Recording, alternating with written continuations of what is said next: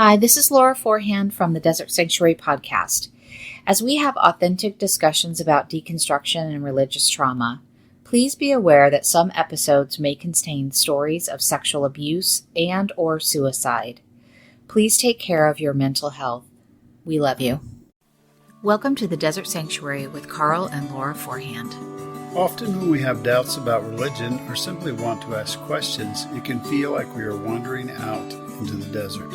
We would like to invite you to join our sanctuary, the Desert Sanctuary. We've tried to pick guests that would resonate with and challenge us and our fellow seekers here in the desert. We believe that a key to the journey is to keep asking good questions, and we believe that all stories are sacred. Our hope is that you will find life and healing for your body and mind, and that you will be able to be where you are and be who you are. And now, here is our show. Lesson 3, the 4 existential concerns. Healing religious trauma and embarking on a journey of discovery can be terrifying. Many assumptions about the dangers of setting out on our own exist, but we all have real fears. For simplicity's sake, let's just call them existential concerns. There are some things we should be concerned about. If we conduct our lives without apprehension, we may find ourselves at the mercy of the more dangerous aspects of our world. Conversely, if we exaggerate those concerns, we may find ourselves immobilized and unable to function, which also makes us vulnerable to high control religion and manipulative people who promise to keep us safe as they take advantage of our fears.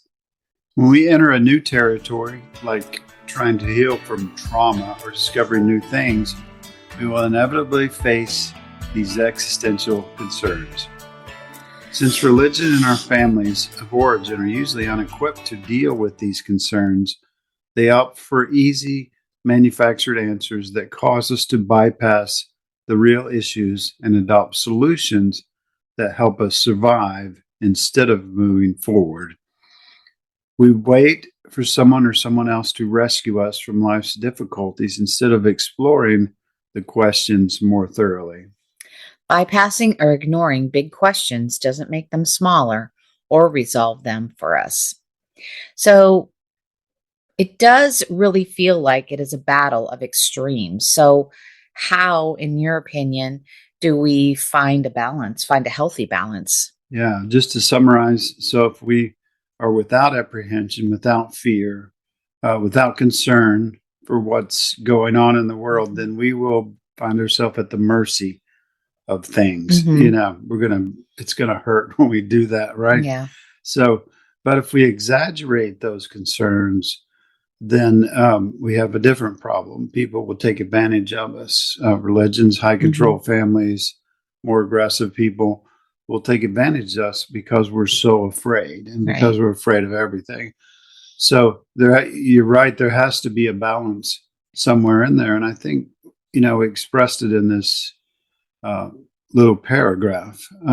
If we will investigate those questions more thoroughly, then we'll understand what it is we're afraid of and what's the right amount of fear, what's the right amount of whatever the fears are that we'll discuss a little later. And then we can navigate life a lot better. But ignoring the questions is not solving the problem, right? It's understanding the questions. Right. Maybe giving us the opportunity to critically think about those questions. Yeah, absolutely. And that's what we hope to do in this chapter. So pay attention on to number 1. Number 1, fear of death. In the 1970s, Ernest Becker won the Pulitzer Prize for his book, Denial of Death. In this work, he postulated that non-human animals know nothing about dying by stating this: the knowledge of death is reflective and conceptual, and animals are spared. Others, such as psychologist James Anderson of Scotland, now assert, I believe we are now justified in thinking that chimpanzees have some kind of awareness of death. But until animals grow a more developed cortex or they learn to speak, we may have to just assume that they are concerned with more fundamental things like food, and the inherent dangers.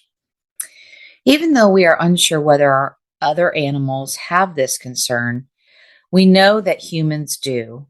The only reason the fear of death is below the fear of public speaking is because most phobias and fears are connected to the fear of dying. So much so that we subdivide it into multiple categories. Most of us generally focus on the minor concerns and treat them like they were life and death. This gives us the false assumption that we control our environment and make our world safer. In some ways, this makes sense and it's a practical approach to life, but we still haven't addressed fear and its more significant issues. We join religious groups because they promise the antidote to death. Once we accept their creeds and promises, it becomes very uncomfortable to question the obvious flaws and inconsistencies in their suppositions. At least they keep us entertained and distract so we don't think about existential questions too often. We are forevermore searching for the latest snake oil that the salesman promises will answer all of our concerns about our health and well-being, only to replace it with something else the following year. If possible, we hope to avoid hard work, like dealing with mental and physical health, while we continue our search for a magic elixir. Since leaving organized religion, one of the biggest revelations for me was to accept the fact that I would die, and I did not know what would happen after that. Obsessions with the afterlife and theories of what happens next sometimes cause me to avoid living the life that was before me. The one day it will all be better mantra is another form of bypassing that causes me to miss experiences of genuine existence. In the movie Big Fish, Albert Finney's character can live carefree because he believes in his own stories, one of which is about a witch telling him how he would die. He thought that he didn't have to worry because, as he said, this is not the way I'm going to die. His son helped him untangle reality from his big fish stories, and in the end, they grew closer. I love the movie every time I watch it, but in the end, it's just a tale about the stories we tell each other. We don't know when we'll die or how, but we can live better by learning and growing. We can decide to live authentically instead of in service to our fears. To live authentically, we must answer the question, who am I? To do this, we must dissociate with all of our other identities that life has assigned to us. We may very well be a Baptist, a Methodist, an American, or a plumber, but those are just labels and groups that we have associated with. They are not who we are. The I am statements are compelling. Jesus and Yahweh said, I am, in a very declarative and universal way. But attaching things like plumber and Baptist to I am is inauthentic because not all plumbers and Baptists are the same. And those are not our core identities. They are only the things we do. We must remember our true and authentic selves. When we dissociate all our labels and false identities, we can live more authentically in the present. We are then able to accept realities like death without needing to manipulate it. We make better decisions about everything by being with reality rather than creating a fish story to tell us how we are going to die and where we are going to go. Knowing who we are makes it easier to be where we are. Going into this discussion, death is definitely a focus of ours as human beings. And honestly, I would say I was absolutely more focused in a negative or fearful way inside of religion than I am now that I am outside of organized religion. Yeah. The fear is part of the marketing plan for most religions. And also salesmen that try to sell you life insurance and all those things.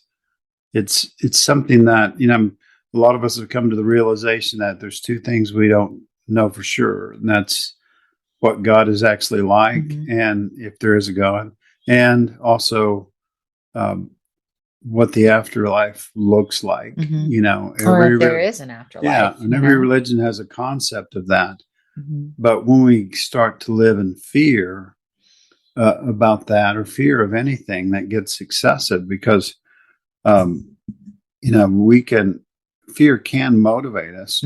Fear can be a something that alerts us to danger, right? Sure. Right. And if we don't have that, as we mentioned before, then that that might be a cause for concern because we're probably going to hurt ourselves or get into trouble or something Mhm. like that. So living without fear is really not the answer. But also this obsession with the things we don't know about, and that fear can also paralyze us.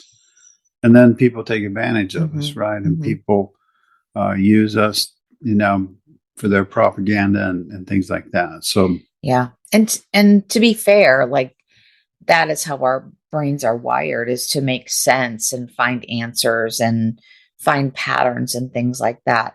But I do think that when we go to the extreme where there's, paralyzing fear, as you said, that's when we need to take a look at, what is really driving us. mhm. Mhm. And are those fears rational? Mm, Could I do a little research and mm, find out more about them, right. or dig a little deeper? Why am I having this fear? Maybe I'll do Mhm. some counseling that investigates Mhm. my fears. Right. Those are all perfectly great things to do, and those things will help us navigate that existential fear of dying. Right? Absolutely. How about we go on to number 2? Let's do it. All right.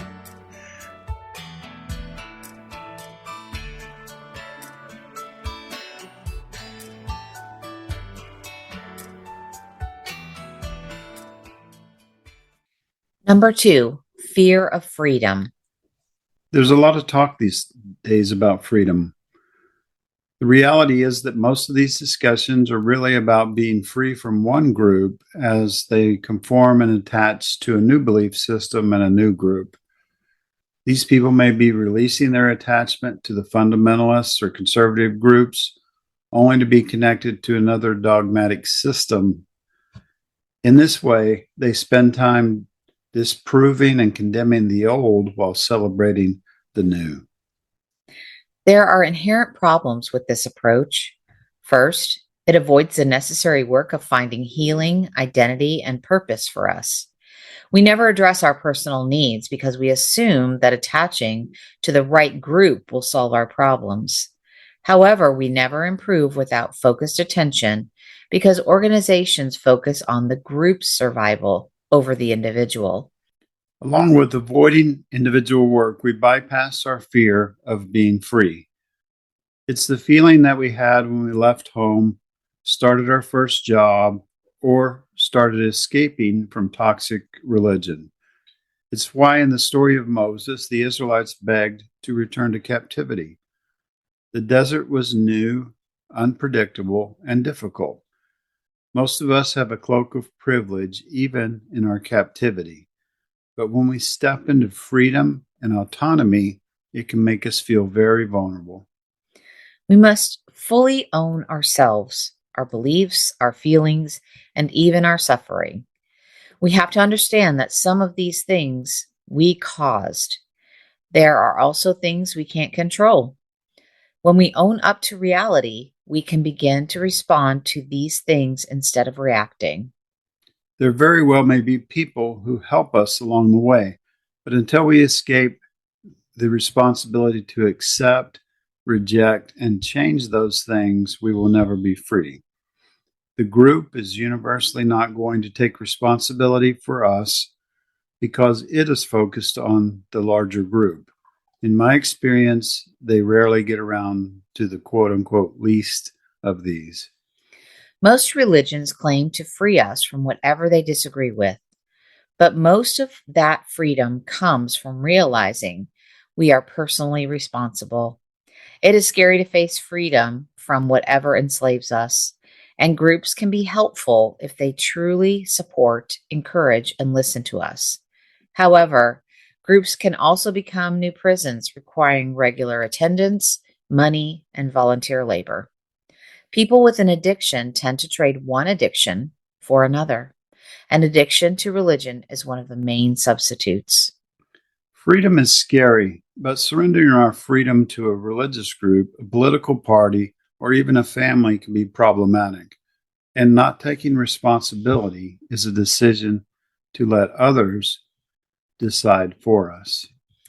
So this discussion is really timely because we are recording this when we're in a presidential election year. In fact, we're only at this recording 9 days away from a presidential election. And so we hear a lot from both parties about freedom.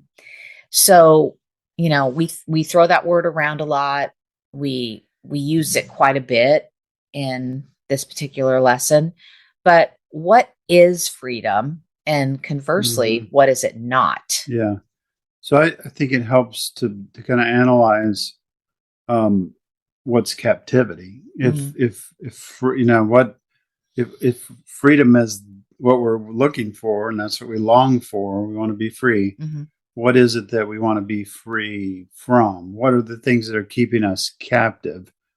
And one of the realities of groups, we need connection, but in groups for sometimes very quickly become captive. We become captive to groups, Sure. Right? Yeah. Because I got to agree with them. I got to pursue the same things. And it can very quickly become a prison and not really freedom, right? Yeah. Be free from that. Come over here, and then we're captive to something else. We have to have, I'm thinking about our religious, institutions that we were a part of. We have to have the same language. We need to, maybe not wear the same, I think about certain cults or whatever, where they have to wear the same dress and same hairstyle, but we do kind of conform to a certain way that we look, for men, particularly, and, how we speak and the language that we use, the vocabulary that we use. So I do think that we are somehow drawn in to that conformity piece that you're talking about. Yeah. And so let's just be honest about freedom. We all want freedom. We all talk about freedom, but most of us are at least somewhat afraid of freedom, of true freedom, freedom really is. Yeah, right? Because then I have to make all my own decisions. It's I have to critically think. And what the other reality is, probably once you get out of that control, and that group think and so on, you got to start thinking for yourself, and you got to start examining your mental health, your well-being, and all that stuff leads to hard work, and that's scary. It's scary. Yeah.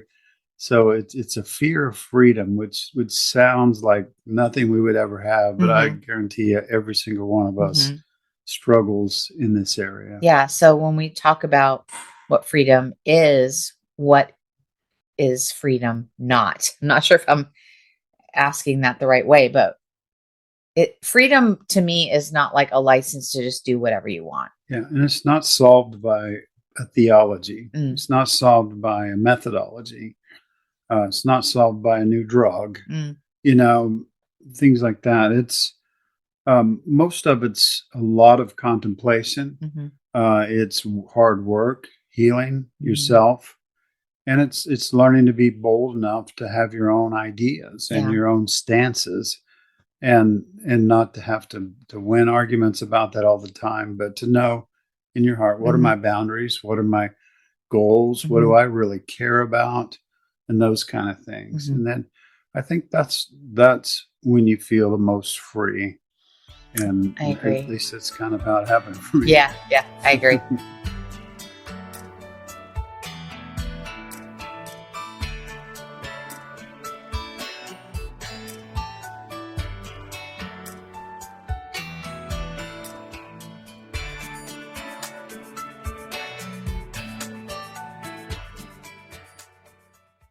Number 3, fear of isolation.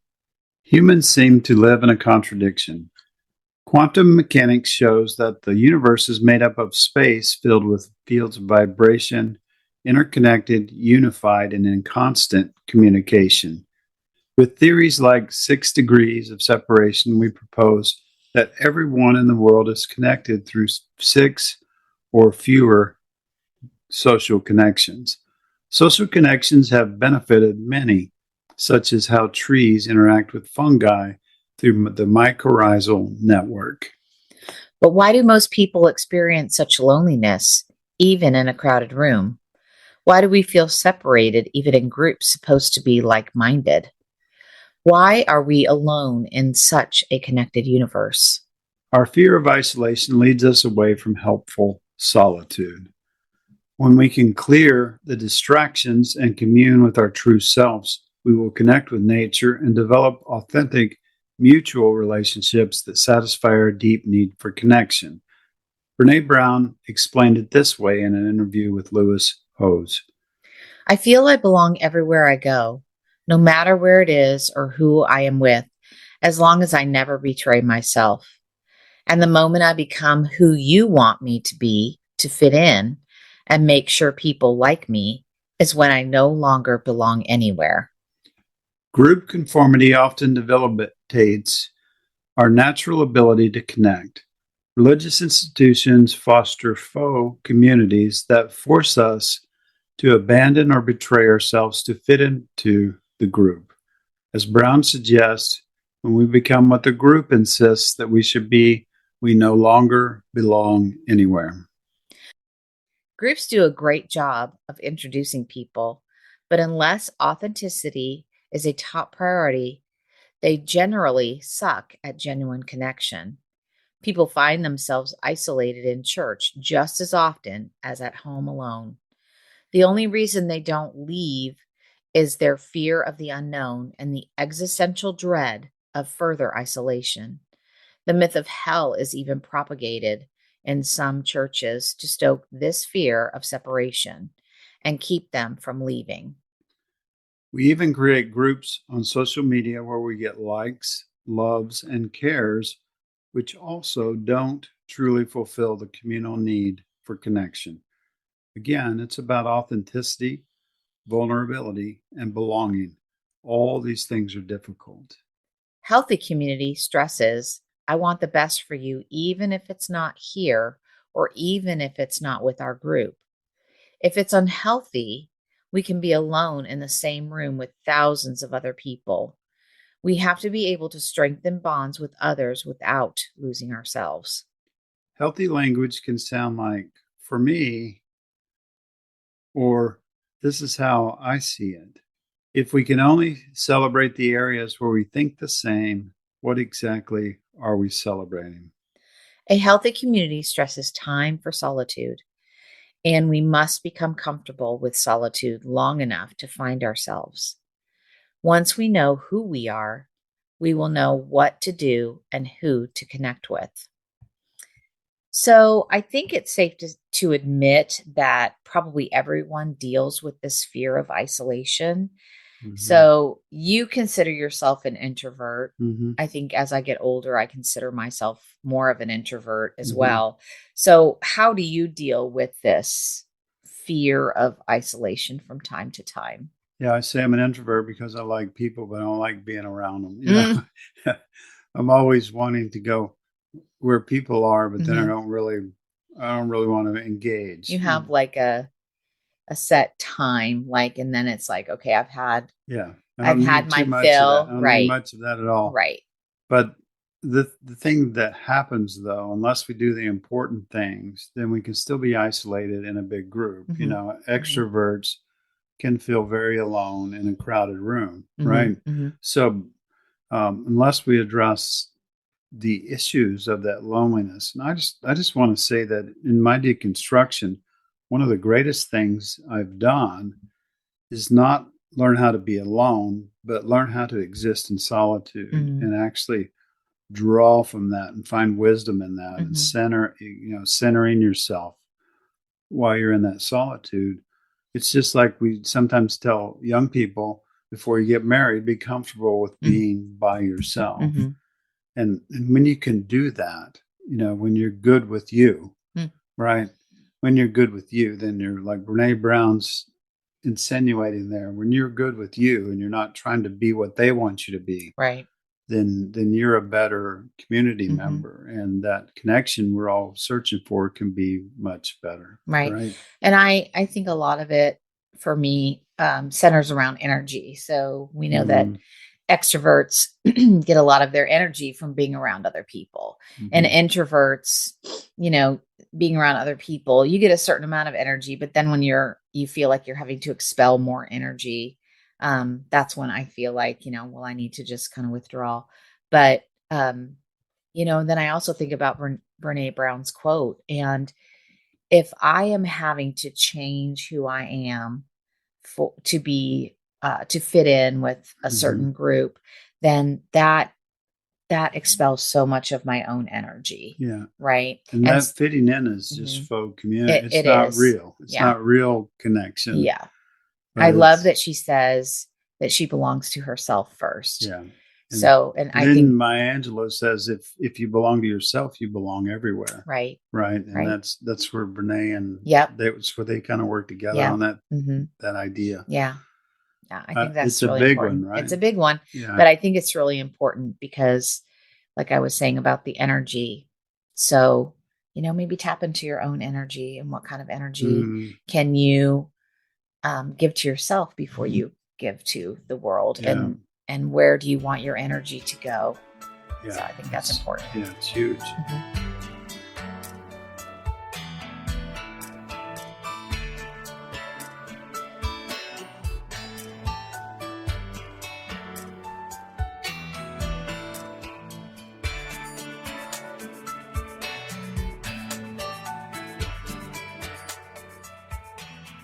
Number 4, fear of meaninglessness.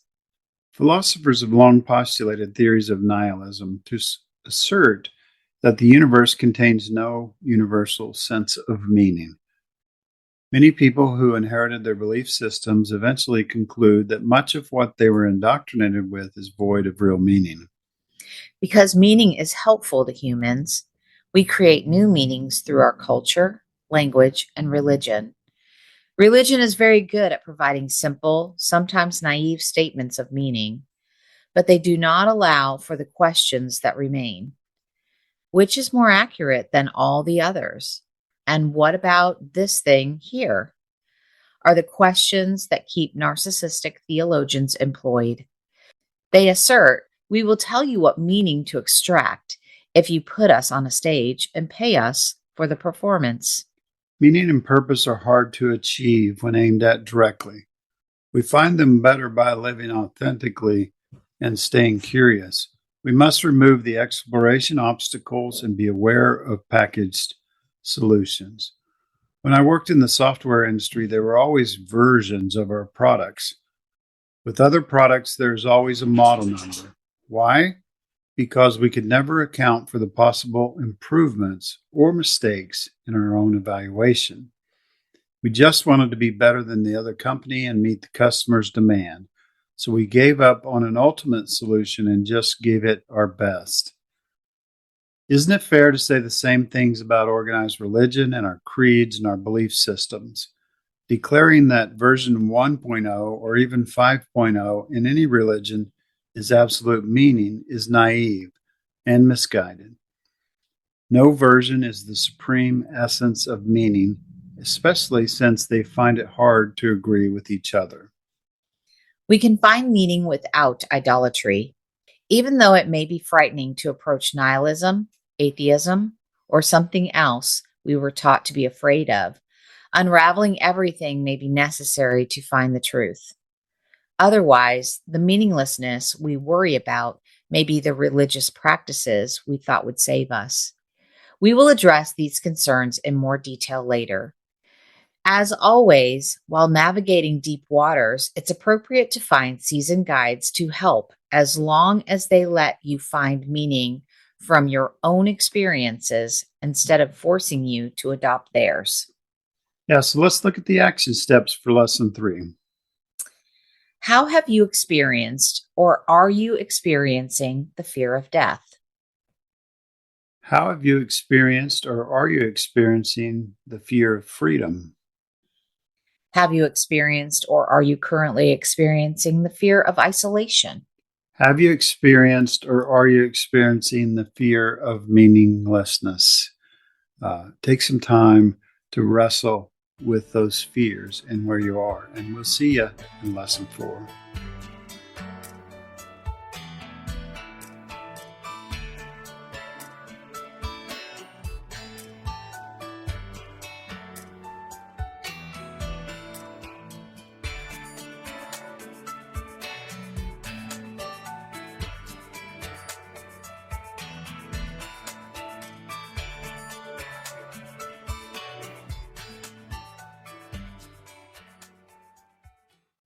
Thank you for joining us today on the Desert Sanctuary podcast. Remember, all who wander in the desert are not lost. We believe all of our stories are sacred. We are always here if you need someone to hear your story. Check out our blog on Pathos and also our YouTube channel.